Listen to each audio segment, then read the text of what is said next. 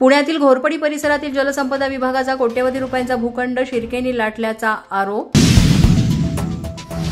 खासदार संजय राऊतांचं मुख्यमंत्र्यांना पत्र. दादांच्या राष्ट्रवादीचे आमदार सुनील शेळके यांनी राज्य शासनाची हजारो कोटींची रॉयल्टी बुडवून सरकारची फसवणूक केल्याचा आरोप करीत या प्रकरणी एसआयटी स्थापन करण्याची मागणी.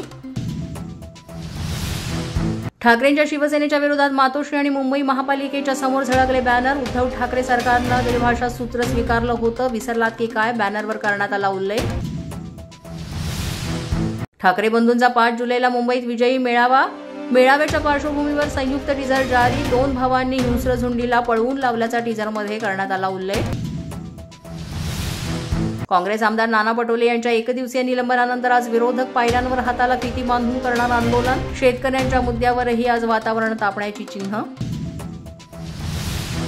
वर्षा बंगल्यावर डिनर डिप्लोमसी. पावसाळी अधिवेशनाच्या पार्श्वभूमीवर मुख्यमंत्र्यांच्या शासकीय निवासस्थानी मंत्री आणि आमदारांसाठी स्नेहभोजनाचं आयोजन.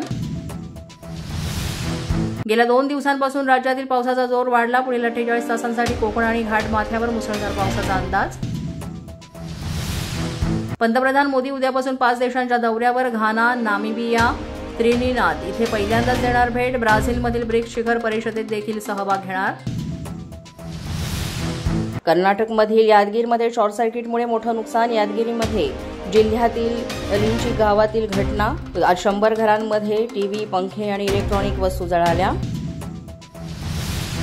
वरळीत 5 तारखेच्या विजय मेळाव्यासाठी वाजत गाजत गुलाल उधळत राज उद्धव ठाकरेंचं संयुक्त पत्रकाद्वारे मराठी जनतेला आवाहन. पोलीस माझा न्यूजच्या बातमीपत्रात आज इतकंच. तुम्हाला आमचं बातमीपत्र कसं वाटतंय याबाबत अवश्य अभिप्राय कळवा.